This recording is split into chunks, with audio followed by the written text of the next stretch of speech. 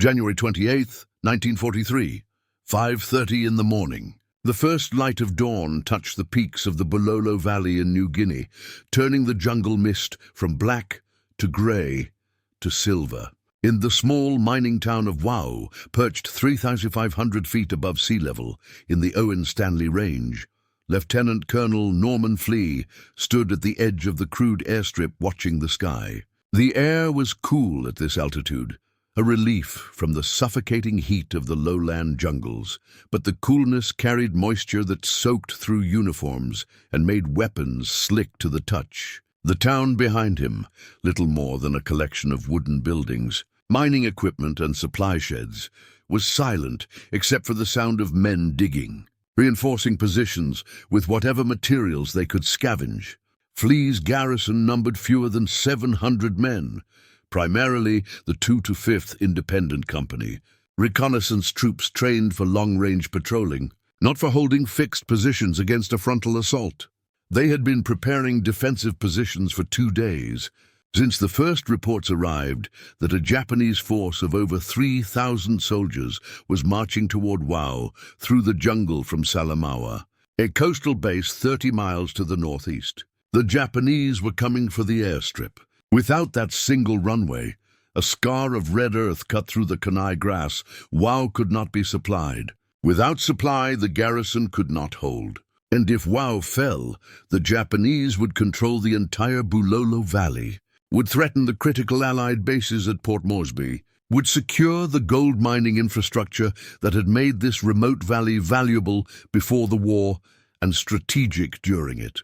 Flee understood this arithmetic. He understood that his 700 men were supposed to hold against 3,000 until reinforcements arrived. And he understood that reinforcements could only arrive by air, landing on the single runway that Japanese advance forces were already probing that enemy artillery would target as soon as they had range. He raised his binoculars and scanned the eastern approaches to the airstrip. Smoke rose from the jungle a mile away, cooking fires from the Japanese staging areas.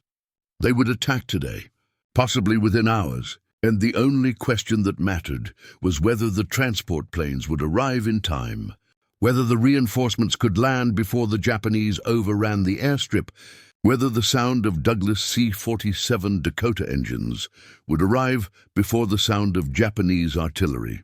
Everything depended on that sound. The deep, steady drone of twin engines that meant supply, reinforcement, survival. Without it, Wau would fall. With it, there was a chance. Flee lowered his binoculars and listened. The jungle was waking, birds, insects, the rustle of wind through the canopy. But no engines, not yet. He checked his watch. 05:32 hours. And he waited to understand why 700 Australians were preparing to defend a gold mining town in the mountains of New Guinea. You must first understand the strategic geometry of the Southwest Pacific in early 1943. New Guinea was the last barrier between Japan and Australia. If the Japanese secured the entire island, they could use it as a staging ground for air raids on Australian cities, for submarine operations that would strangle supply lines from the United States, for an eventual invasion of the Australian mainland itself. The Owen Stanley Range, a spine of mountains running the length of New Guinea, some peaks reaching 13,000 feet, divided the island into 2 operational zones. The northern coast, with its harbors and airfields, was held by the Japanese. The southern coast, including Port Moresby, was Allied territory.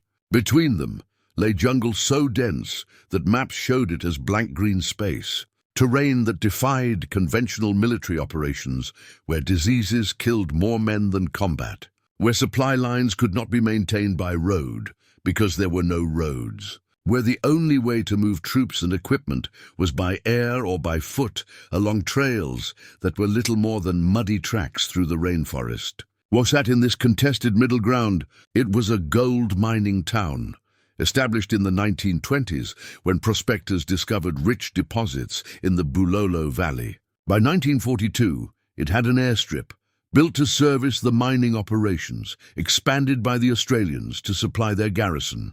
That airstrip made Wau strategically valuable out of all proportion to its size. It was an Allied foothold behind Japanese lines, a base from which Australian commandos could raid Japanese positions, gather intelligence, interdict supply routes. And it was a threat. As long as Wau remained in Allied hands, the Japanese coastal bases at Salamaua and Lae were vulnerable, their garrisons subject to harassment, their supply convoys at risk. The Japanese 18th Army, commanded by Lieutenant General Hatazo Adachi, decided in late 1942 that Wau had to be taken. An operation was planned. The 102nd Infantry Regiment, reinforced to over 3,000 men, would march overland from Salamaua, seize the airstrip, and establish a permanent garrison. The march would take 3 weeks through jungle and mountain terrain. It would be grueling. But Japanese soldiers were accustomed to hardship, were trained to operate on minimal supplies, were expected to endure conditions that would break less disciplined troops. The plan was sound. The execution was meticulous. And the Japanese believed with the certainty that comes from months of victories across the Pacific, that 3,000 soldiers could overwhelm a garrison that intelligence estimated at fewer than 500 defenders. They were correct about the numbers, but they miscalculated the variable that mattered most: time. The Japanese advance toward Wau began on January 6, 1943. The 102nd Infantry Regiment departed Salamaua in good order, moving along trails that native guides had marked, carrying supplies for 2 weeks, with the expectation that additional provisions would be airdropped once they neared their objective. The march was difficult from the start. The trails climbed from sea level to over 7,000 feet, descending into valleys only to climb again. The jungle was impenetrable off the trails, a wall of vegetation that absorbed sound and light and made navigation by compass nearly impossible. Rain fell daily, turning the trails into streams of mud that sucked boots off feet and made every step an exercise in balance. Leeches infested the undergrowth, attaching to skin and clothing, bloating with blood until they were pulled off or burned away. Malaria and dysentery were endemic, and the supplies ran short faster than expected because the terrain required more energy than planners had calculated, because soldiers were burning calories at rates that quarter rations could not sustain. But the Japanese pushed forward. They had been ordered to take Wau, and orders were absolute. Discipline was maintained through a combination of cultural conditioning. Soldiers were expected to endure without complaint, to view hardship as a test of spirit, and through the harsh enforcement of military hierarchy, soldiers who faltered were shamed or beaten. Officers who suggested turning back were overruled by commanders who understood that failure to take Wau would be seen as a failure of will, a betrayal of the emperor and the empire. And so the march continued. By January 25th, the lead elements of the 102nd Regiment had reached the high ground overlooking Wau, positions from which they could observe the airstrip, the town, the dispersed Australian defensive positions. They were exhausted, hungry, reduced by disease and the rigors of the march from 3,000 to perhaps 2,500 effectives. But they had arrived, and they still believed, that numbers and determination would be sufficient to overwhelm the defenders. They did not know that Australian intelligence had been tracking their advance for weeks, that reconnaissance patrols had observed their progress, that radio reports had given Flea and his commanders precise information about Japanese strength and positions. They did not know that Allied transport aircraft had been pre-positioned at Port Moresby, loaded with reinforcements and supplies, waiting only for confirmation that the attack was imminent. They did not know that the Australians at Wau were not preparing to defend indefinitely, but only to hold long enough for the reinforcements to arrive. The Japanese planned to attack at dawn on January 29th. The Australians, reading the signs, increased enemy activity, artillery being positioned, patrols probing the defensive perimeter, requested emergency airlift of the 27th Independent Company, a unit that had been held in reserve at Port Moresby. The transports began flying on January 28th, And the race began. Could the Dakotas deliver enough reinforcements before the Japanese assault overwhelmed the airstrip? January 28, 1943.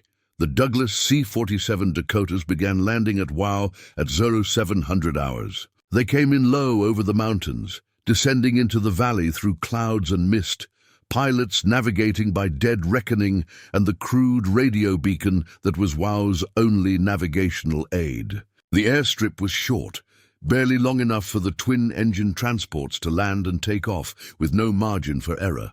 It was also exposed. Japanese observers on the surrounding ridges could see every aircraft that landed, could count the number of troops disembarking, could adjust artillery fire to hit the runway. But the flights continued. The pilots, many of them civilians contracted by the Royal Australian Air Force, men who had flown mail and cargo runs before the war, understood the stakes. If they stopped flying, WOW would fall. And so they flew through conditions that military doctrine said were impossible. Low clouds, mountainous terrain, enemy observation, the constant threat of Japanese fighters that could appear from nowhere and strafe the transports before they could escape. Each Dakota carried 20 soldiers and as much ammunition and supplies as weight limits allowed. Each landing took 10 minutes, touchdown, disembarkation, takeoff. Some aircraft landed, unloaded, and were back in the air before the previous plane had cleared the valley. By 1500 hours, 15 flights had delivered 300 men of the 27th Independent Company. The reinforcements doubled Flea's effective strength. They brought heavy machine guns, mortars, ammunition that the garrison had nearly exhausted. And they brought something less tangible, but equally important, the knowledge that they were not abandoned, that the Australian command was committed to holding WOW, that supply and reinforcement were possible as long as the airstrip remained operational. But the flights attracted Japanese attention. At 15:30 hours, Japanese artillery, 75mm mountain guns that had been hauled over the trails at enormous cost, opened fire on the airstrip. Shells bracketed the runway, walking toward the center, adjusting for range. One Dakota, caught on the ground during unloading, was hit by shrapnel. The crew abandoned the aircraft and ran for cover.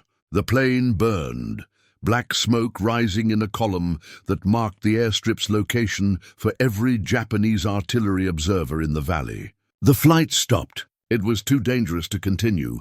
The pilots returned to Port Moresby to wait for nightfall, when darkness would make artillery targeting more difficult. And on the ground at WOW, Flea assessed his situation. He now had just over 1,000 men, fortified positions around the airstrip, enough ammunition for perhaps 2 days of heavy fighting. The Japanese had over 2,000 soldiers within a mile of the perimeter, artillery in position, orders to attack at dawn. The outcome would be decided in the next 12 hours. The Japanese assault began at 05:30 hours on WOW. January 29, 1943. It came not as a massed frontal attack, but as a series of probing assaults designed to identify weak points in the Australian perimeter. Small units, platoon strength 40 or 50 men, advanced through the jungle toward the defensive positions, moving quietly, trying to close to grenade range before being detected. The Australians heard them first. The jungle amplifies sound strangely, makes distance difficult to judge, turns the rustle of movement into something that could be 10 meters away or 100. Sentries strained to identify targets in the pre-dawn darkness, fingers on triggers, waiting for the order to fire. The first contact came at 05:45, when a Japanese platoon stumbled into a forward listening post manned by 4 Australians. The Japanese opened fire immediately. The Australians returned fire and withdrew, falling back to the main defensive line, drawing the enemy forward into a kill zone where machine guns had been pre-positioned with interlocking fields of fire. The Japanese platoon was annihilated, cut down in seconds by concentrated automatic weapons fire that left bodies piled in the kunai grass. But the attack had revealed the Australian positions. Japanese artillery, which had been silent since the previous afternoon, opened fire again, targeting the bunkers and trenches that had been exposed by muzzle flashes. Shells fell among the defensive positions, killing men in their trenches, collapsing bunkers, starting fires in the kunai grass that sent smoke billowing across the battlefield. And under the cover of the artillery barrage, more Japanese infantry advanced. They came in company strength now, moving in short rushes, using the terrain for cover, closing the distance despite casualties. The Australians fired everything they had: rifles, machine guns, mortars. They called for support from the reserve companies positioned near the airstrip. They radioed Port Moresby requesting immediate air support. And they held. For 3 hours they held. The Japanese pushed to within 50 meters of the Australian trenches before being driven back by counterattacks. Bodies accumulated in the no-man's land between the lines. Japanese soldiers killed in the assaults. Australians killed in the counterattacks. Wounded men from both sides who could not be evacuated because the fire was too intense. And then, at 0900 hours, the sound changed. The steady crack of rifle fire and the chatter of machine guns were joined by a deeper rhythmic drone. The Dakotas were returning.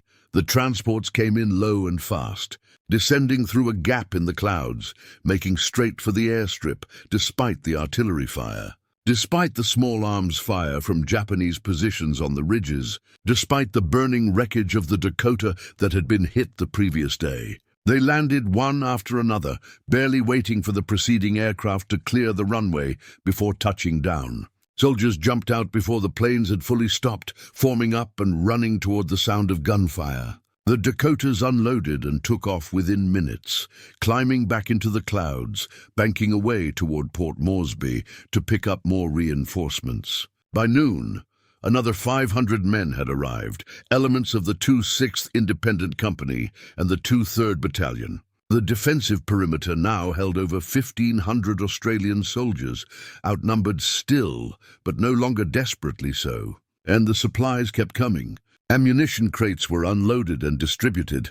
Mortar rounds, machine gun belts, hand grenades. Medical supplies for the aid station that was overwhelmed with casualties.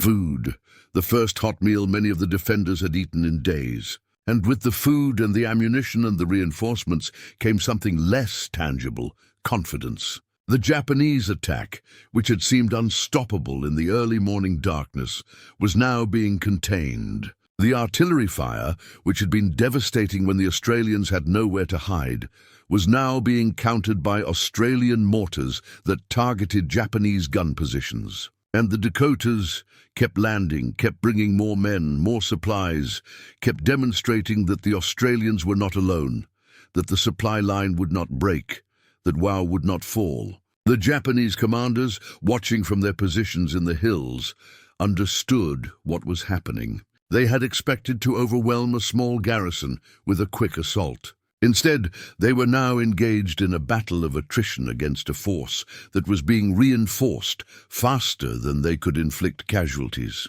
They had no reinforcements. Their supplies were running low. Their soldiers, who had marched for 3 weeks through jungle and mountain, were exhausted and hungry. And the airstrip, the objective they had been ordered to seize, was now impossible to take as long as the Dakotas kept landing. By evening on January 29th, the Japanese assault had stalled. Attacks continued through the night, but they were smaller, less coordinated, more desperate. The Australians held, and when dawn came on January 30th, the Dakotas returned. For the Japanese soldiers of the 102nd Infantry Regiment, the Battle of WOW was a catastrophe that unfolded slowly, inevitably. Despite everything they had been taught to believe about spirit and determination overcoming material disadvantages, they had expected to face a small, isolated garrison that could be overwhelmed through courage and numbers. What they encountered instead was a defensive position that was being reinforced continuously, that had unlimited ammunition and supplies, that was supported by aircraft that could land under fire and deliver fresh troops within hours of the battle beginning. One Japanese soldier, a corporal whose diary was recovered after the war from a corpse found near WOW, wrote on January 29th, "We attacked again today. We charged their positions and were driven back by machine gun fire. Many men died. We attacked again and were driven back again. I do not understand. We were told the enemy was weak, that they had little ammunition, that they could not hold. But they are not weak. They have more ammunition than we do. They have more food. Their airplanes land on the airstrip while we are shooting at them, and more soldiers come out. How do we fight an enemy that can bring reinforcements from the sky? We were told that spirit would overcome material. But bullets do not care about spirit. I'm afraid we will all die here. The entry is dated January 29th. The corporal's diary contains no further entries. He likely died in the fighting on January 30th or 31, when the Japanese attempted final desperate assaults that failed to dislodge the Australians. His fear that the battle was unwinnable, that the promises about spirit overcoming material were lies, that his death would accomplish nothing, was not unique. Other diaries recovered from Wau express similar sentiments. A growing awareness among Japanese soldiers that the war was not what they had been told, that the enemy possessed advantages that courage could not overcome, that they were being sacrificed for objectives that could not be achieved. This was the transformation that Wau imposed on those who survived. The realization that the imperial ideology, which promised victory through superior spirit and willingness to die, was insufficient against an enemy that possessed industrial capacity, logistical infrastructure, and the ability to project power where and when it was needed. The Australians at Wau were not braver than the Japanese. They were better supplied, better supported, and defending a position that could be reinforced by air. Those material advantages mattered more than any amount of courage or determination. And the Japanese soldiers who survived the battle carried that knowledge forward, though it was knowledge that could not be spoken aloud, that contradicted the official narrative, that was heresy in the context of imperial military culture. The symbolic object at Wau was not a weapon or a piece of equipment. It was a sound. The sound of the Dakota engines, the deep, steady drone of twin Wright R-1820 Cyclone radial engines that powered the C-47 transports. That sound became, for the defenders of Wau, the sound of salvation. It meant reinforcements were arriving, that supplies were being delivered, that they were not abandoned, that the lifeline would hold. Every time the sound of Dakotas appeared in the distance, growing louder as the aircraft descended into the valley, the defenders felt relief, hope, renewed determination. And every time a Dakota landed successfully, disgorged its cargo of men and supplies and took off again, the message was reinforced.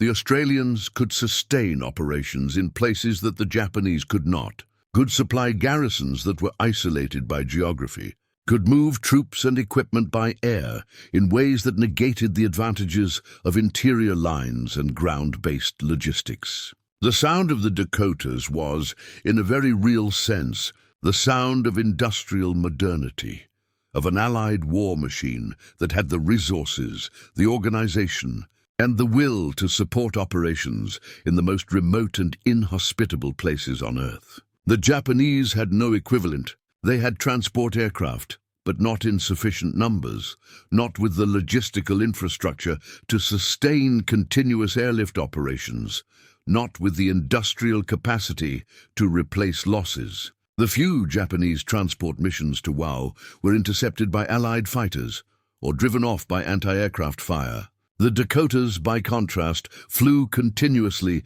despite the danger, despite losses, despite conditions that should have grounded them. Between January 28 and February 3, 1943, the Royal Australian Air Force and United States Army Air Forces flew over 100 transport missions to Wau, delivering over 4,000 troops and hundreds of tons of supplies. Some aircraft were damaged, some were lost, but the airlift continued without pause, demonstrating a level of operational capability that the Japanese could not match. The sound of those engines, heard by Australians as salvation, heard by Japanese soldiers as doom, was the auditory signature of the strategic imbalance that would define the Pacific War.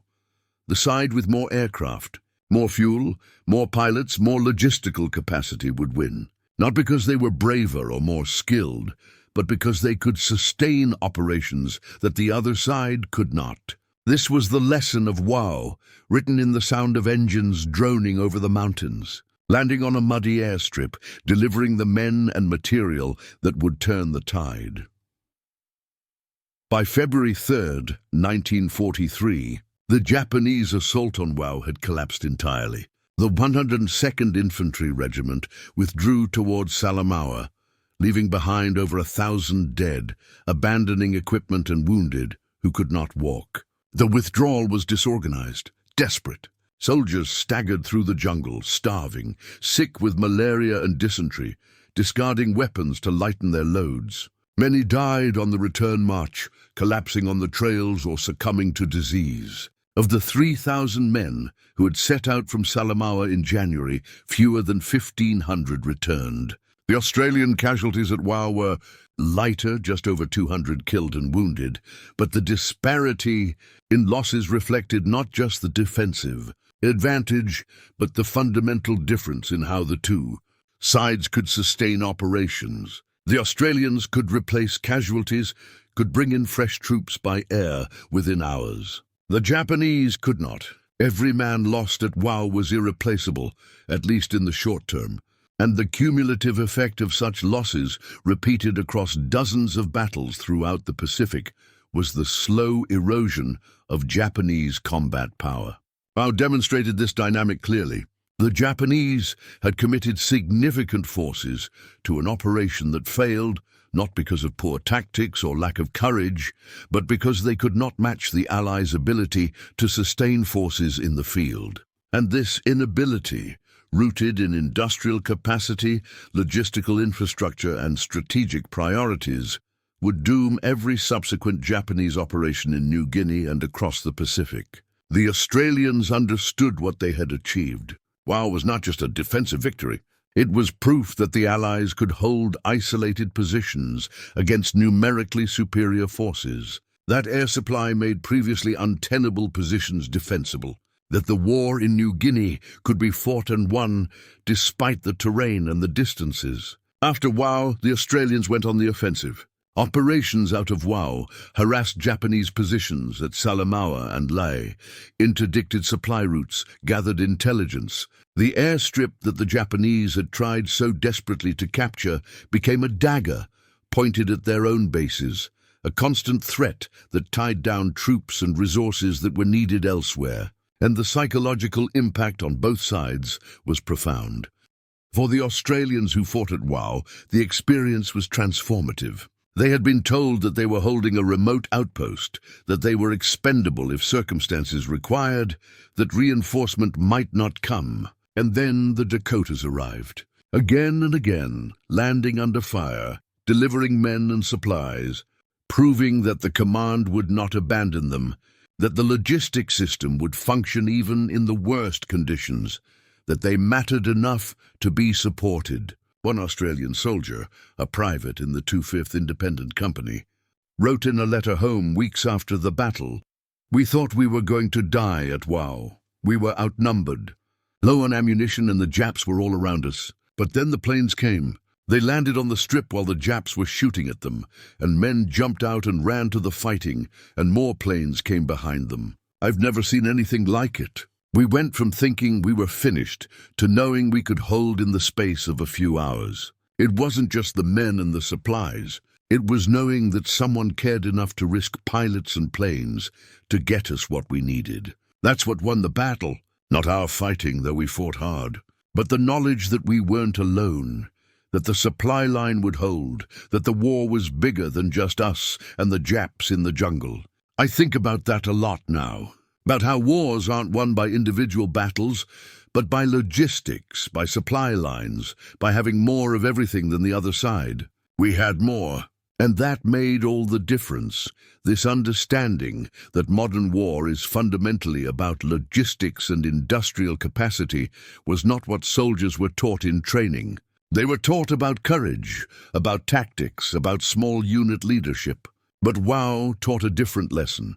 That courage without supply is futile, that tactics without ammunition accomplish nothing, that leadership without logistical support is meaningless. The Australians at Wau survived because the Dakotas kept landing. And that fact, simple and undeniable, shaped their understanding of the war and their place in it. They were not heroes standing alone against the enemy. They were components of a system, a logistical, industrial, strategic system that could sustain operations across vast distances, that could deliver reinforcements and supplies when and where they were needed, that could outproduce and outsupply the enemy until the outcome was inevitable. This was not a romantic vision of warfare, but it was an accurate one. And it was what won at Wau. The Battle of Wau had strategic consequences that extended far beyond the immediate tactical victory. It secured the Bulolo Valley as an Allied base, providing a forward position from which subsequent operations against Salamaua and Lae could be launched. It demonstrated that isolated Allied positions could be held and reinforced by air, which influenced planning for operations throughout the Pacific. And it inflicted casualties on the Japanese 18th Army that it could not afford to lose, weakening its overall combat effectiveness and contributing to the eventual Allied conquest of New Guinea. But perhaps the most significant consequence was psychological. Wau broke the aura of Japanese invincibility that had persisted through 1942. It demonstrated that Japanese infantry, however brave and determined, could be defeated by Allied forces that were properly supplied and supported. It showed that the jungle, which the Japanese had used to their advantage in earlier campaigns, could be neutralized by air power and logistics. And it proved that the war in the Pacific could be won not through dramatic battles or brilliant tactics, but through the grinding application of industrial superiority by outproducing, outsupplying, and outlasting the enemy. This was a lesson that both sides learned at Wau, though they drew different conclusions from it. The Allies concluded that their strategy was working, that the investment in transport aircraft and logistical infrastructure was paying dividends, that they could sustain operations in even the most remote and hostile environments. The Japanese concluded something darker, that the material imbalance was insurmountable, that their forces could not compete with an enemy that possessed such overwhelming industrial capacity, that the war was unwinnable in any conventional sense. This realization spread through the Japanese military over the course of 1943, whispered in private, acknowledged in diaries and letters, but never stated publicly because to do so would be defeatist, would undermine the official narrative that spirit and determination would prevail. But the knowledge was there, growing stronger with each defeat, each failed offensive, each encounter with Allied forces that seemed to have unlimited supplies and reinforcements. Or was one of the moments when that knowledge crystallized, when the gap between propaganda and reality became too wide to ignore. For the Japanese soldiers who survived the battle and the brutal march back to Salamaua, the experience was radicalizing. They had done everything right, had marched through impossible terrain, had attacked with courage, had followed orders without question, and they had lost. Not because they had failed, but because the enemy had advantages that courage could not overcome. This knowledge was corrosive. It undermined the ideological foundations of Japanese military culture, which insisted that spirit was paramount, that material disadvantages could be overcome through willpower and sacrifice, while suggested otherwise. And the soldiers who survived carried that doubt forward, even as they continued to fight. Even as they continued to die in battles that they increasingly understood were unwinnable. There is a memorial at Wau today, erected by the Australian government and local veterans organizations. It stands near the airstrip, which is still operational, still serving the town and the region, though the gold mining operations that made Wau valuable before the war have long since ceased. The memorial is a simple stone structure, inscribed with the names of Australians who died defending Wau, with plaques explaining the battle's historical significance. Visitors to the memorial are rare. Wau is remote, accessible only by air or by rough roads that take hours to navigate. The town itself is small, quiet, far removed from the tourist circuits that bring visitors to other Pacific War battle sites. But the memorial stands, maintained by local volunteers, a reminder that something significant happened here, that men fought and died on these hills, that the outcome mattered. Standing at the memorial, looking across the valley toward the ridges where Japanese soldiers assembled for their assaults, it is difficult to reconstruct the scale of the battle. The jungle has reclaimed most of the battlefield. The trenches and bunkers have collapsed or been overgrown. The airstrip, though still functional, bears no resemblance to the muddy, shell-cratered runway that the Dakotas landed on under fire. Time and vegetation have erased the physical evidence, leaving only the memorial and the historical record, the after-action reports, the diaries, the letters, the photographs taken by war correspondents who flew into Wau during the battle and documented what they saw. Those documents preserve the experience of the men who fought at Wau, the fear and exhaustion and relief and triumph that cannot be conveyed by strategic assessments or casualty statistics. They preserve the sound of the Dakotas, described again and again in testimonies as the sound that mattered most, the sound that meant survival. They preserve the transformation that the battle imposed on those who fought it, the realization that war is about logistics and supply, that courage is necessary but not sufficient, that the side with more of everything will win eventually, regardless of individual heroism or tactical brilliance. This is not the story that nations prefer to tell about their wars. It is not dramatic or ennobling. It does not feature decisive moments or acts of individual valor that change the outcome. It features transport planes landing under fire, supply chains functioning despite chaos, reinforcements arriving in time because someone planned well and executed competently. It is a story about systems working, about the unglamorous machinery of war that sustains operations and enables victory. But it is the true story of Wau, and it is the story that the memorial commemorates, even if most visitors do not understand the full significance of what happened here.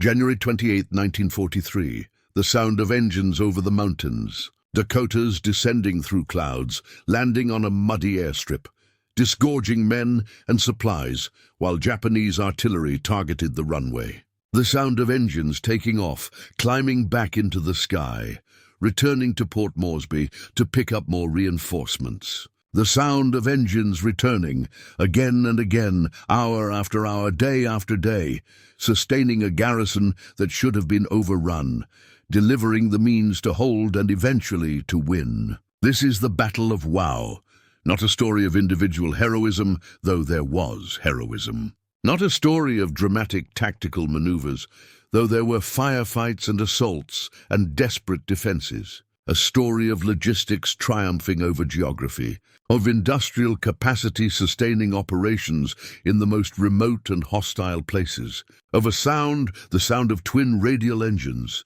that became the sound of hope, of reinforcement, of an Allied war machine that could not be stopped because it could not be outproduced or outsupplied. The Japanese learned this at Wau.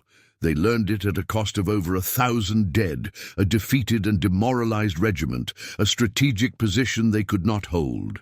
And they would learn it again, in battles across New Guinea and the Pacific, in operations that failed not because Japanese soldiers lacked courage, but because they lacked supply, because the enemy had more aircraft, more fuel, more ammunition, more everything. The sound of the Dakotas at Wau was the sound of that imbalance, auditory proof that the war had already been decided by factories and shipyards and logistical planners thousands of miles from the battlefield. The fighting would continue for 2 more years. Tens of thousands more would die. But the outcome was determined here, in the skies over Wau, in the sound of engines that never stopped coming, that delivered the men and material that would turn isolated outposts into defensible positions, that would transform the Pacific War from a series of desperate holding actions into a sustained offensive that would end only in Tokyo. This is the legacy of Wau. Not glory, but the knowledge that wars are won by supply lines and logistics, by the unglamorous work of keeping aircraft flying and troops supplied, by the sound of engines that mean reinforcement is coming, that the fight can continue, that survival is possible.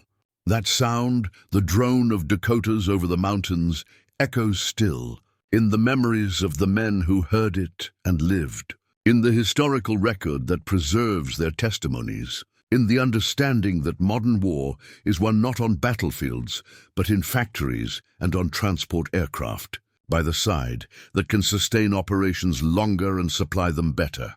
This is wow. This is what happened. And this is what remains, the sound of engines, the memory of men who held when they should have fallen, and the knowledge that victory comes not from courage alone, but from the capacity to deliver courage to the battlefield in sufficient quantities, at the right time, to make the difference between survival and annihilation. The Dakotas delivered that capacity, and wow held.